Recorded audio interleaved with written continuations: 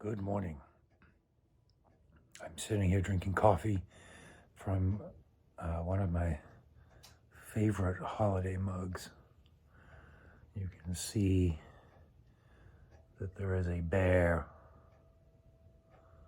two bears in the snow. And this mug always makes me think of the Wallace Stevens poem, The Snowman, or The Mind of Winter. I'm not sure what the official title is. It's a piece last winter. I'll put a link in the description. I recorded myself reading it, and then I sampled that recording and made a sound collage piece out of it. So put that in the description you can listen to. But I thought I'd read the poem and start the day off right. It is December 9th in 2023.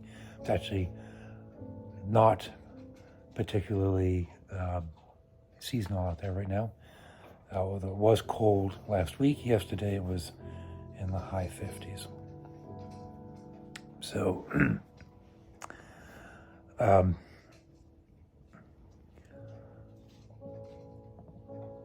The Snowman by Wallace Stevens. One must have a mind of... Got that music in the background. That's probably going to get copy struck. I'll put the name of the piece in the description as well. That won't help if it gets picked up for copyright, but I guess I don't worry about things like that. One must have a mind of winter to regard the frost in the boughs of the pine trees crusted with snow, and have been cold a long time to behold the junipers shagged with ice, the spruces rough in the distant glitter of the January sun,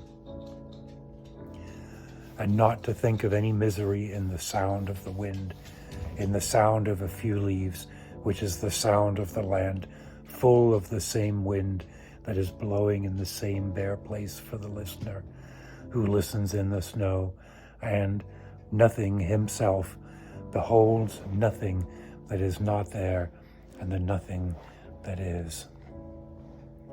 So it's a awesome poem, leading to that wonderful evocation of what I read as Buddhist selflessness. And I don't know enough about Wallace Stevens' biography, but I don't think he was Buddhist. I don't even know enough to know if he was particularly interested or influenced by the American Transcendentalists. But that is, there's nothing sinister about this nothingness. It's not an erasure. Or if it is an erasure, it's an erasure in the sense of the bears, where there's a sense of distillation. So nothing himself beholding nothing that's not there and nothing that is. We are these epiphenomena. Our consciousness is,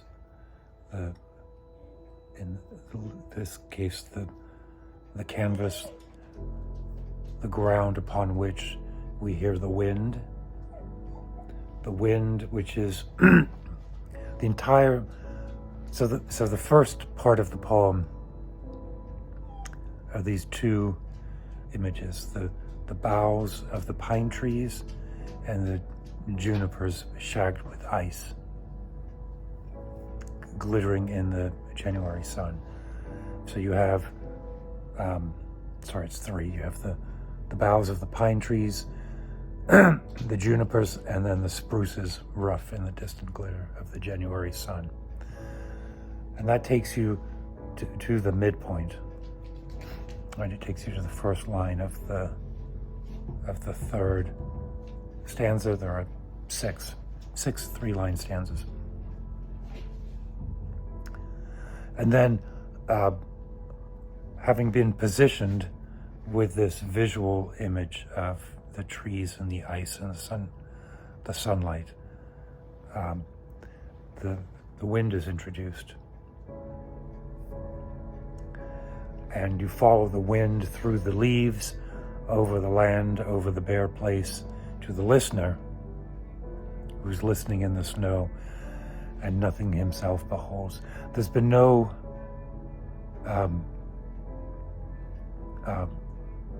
additional punctuation since the glitter of the January sun.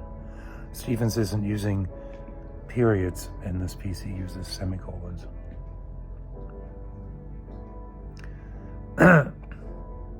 So you have a semicolon of the January sun, and then the next semicolon is at the start of the final stanza, the listener who listens in the snow, comma. I'm sorry, there are no other semicolons. You can tell I'm drinking my coffee, right?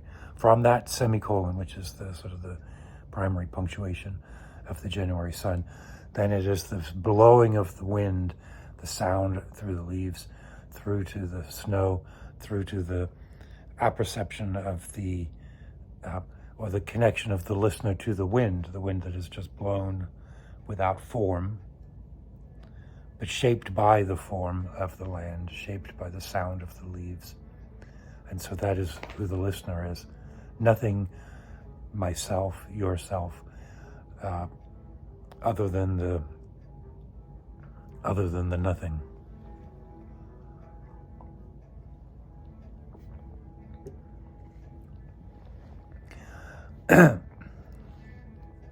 I think it's a gorgeous poem. I love the image at the start. Let me read it again, and think of it this time as a gorgeous image, glittering, crusting snow,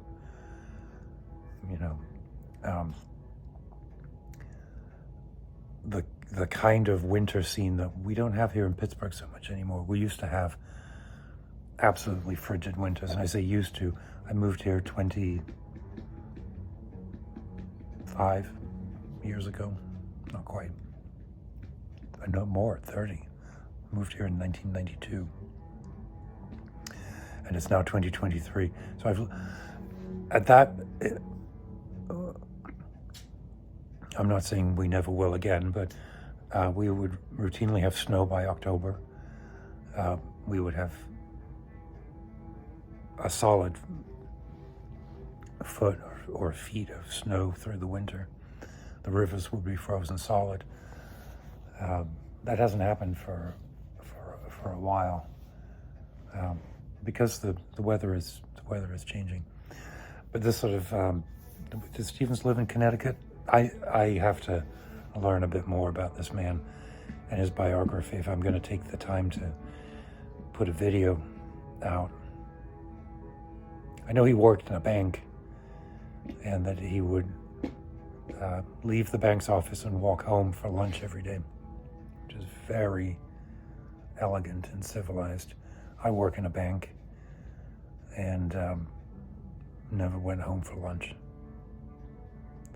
No, I work from home most of the time. So anyway, one must have a mind of winter to regard the frost and the boughs of the pine trees crusted with snow, semicolon, and have been cold a long time to behold the junipers shagged with ice, the spruces rough in the distant glitter of the January sun, semicolon.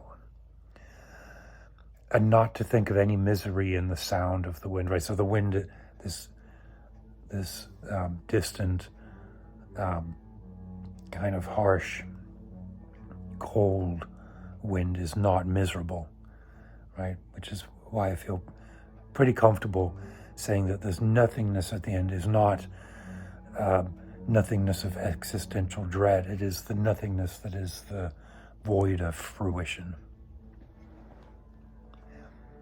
And not to think of any, and not to think of any misery is, you must have been cold. You must have a mind of winter. And you must have been cold in order to hear the sound of the wind and not think of any misery.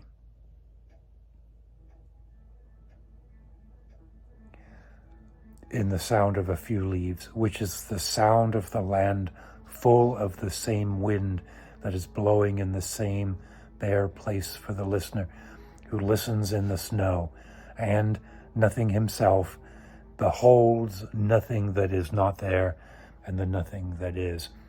Behold is a very powerful word. It's not, you didn't just notice.